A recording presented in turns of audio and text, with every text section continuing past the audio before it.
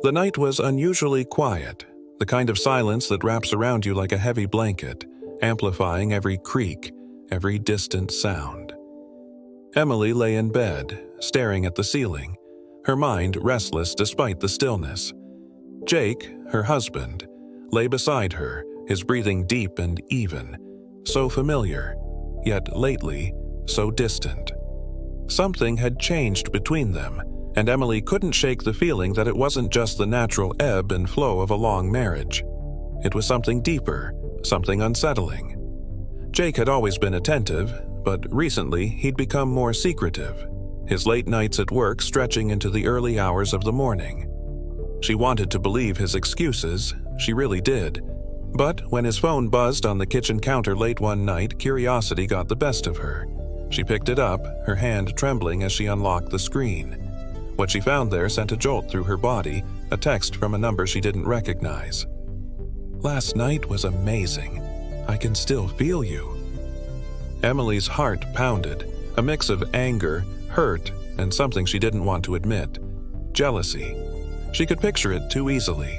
Jake's hands on someone else's body, his lips whispering sweet nothings that weren't meant for her. The thought sent a wave of nausea through her, but she couldn't look away. She scrolled through the messages, each one a knife twisting in her gut. "Can't wait to see you again. I'll wear that thing you like."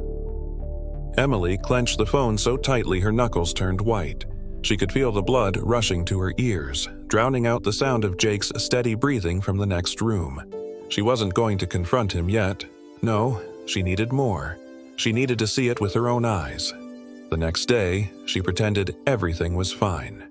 She kissed Jake goodbye as he left for work, her lips brushing his cheek like a lover's caress, though it felt hollow now. She spent the day going through their life together, looking at photos, rereading old love notes, searching for something, anything that would explain what was happening. That evening, she told Jake she was meeting a friend for dinner. Instead, she followed him.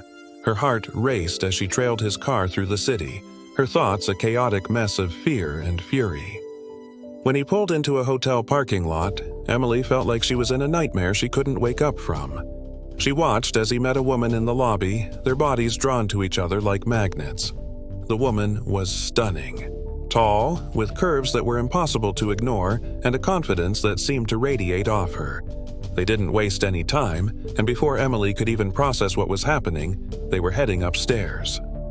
Emily's pulse quickened as she followed them, her thoughts darkening with every step. She waited in the hallway, her body pressed against the cold wall, her breath shallow as she listened to the sounds coming from inside the room. The soft moans, the low whispers. She didn't need to see it to know what was happening. It was like a knife slicing through her heart, each sound a reminder of the intimacy she had lost, the betrayal that was now impossible to deny. But Emily wasn't content with just knowing. She needed Jake to see her, to know that she was there, that she had caught him. She needed him to feel the pain she was feeling. So, she pushed open the door, stepping into the room like a ghost, silent, but very much present. Jake's eyes widened in horror as he saw her standing there.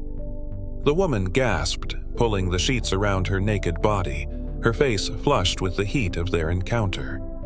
Jake stumbled over his words, trying to explain, to apologize, but Emily didn't want to hear it.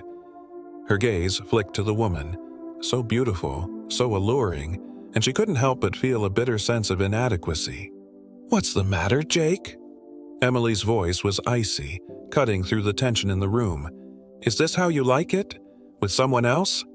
Jake tried to reach for her, but Emily stepped back, her body trembling with a mix of rage and heartbreak. She looked at the woman who was now avoiding her gaze and felt a surge of anger. "Did you know he was married?" Emily demanded. The woman didn't answer, just looked away, and that was all Emily needed to see. She turned on her heel and walked out, leaving Jake to deal with the wreckage of his own making. She drove home in a daze, the images of what she had just witnessed playing over and over in her mind. The next few days were a blur. Jake called, he texted, he even showed up at the house, but Emily refused to see him. She was done with his lies, done with the betrayal. She filed for divorce, not because she didn't love him anymore, but because she loved herself more. She deserved better than a man who couldn't be faithful, who had shattered the trust they had built over years. In the end, Jake lost more than just his marriage. He lost the woman who had stood by him through everything, the woman who had believed in him when no one else did. And as Emily walked away, she didn't look back. She was stronger now, free from the weight of deceit that had nearly crushed her.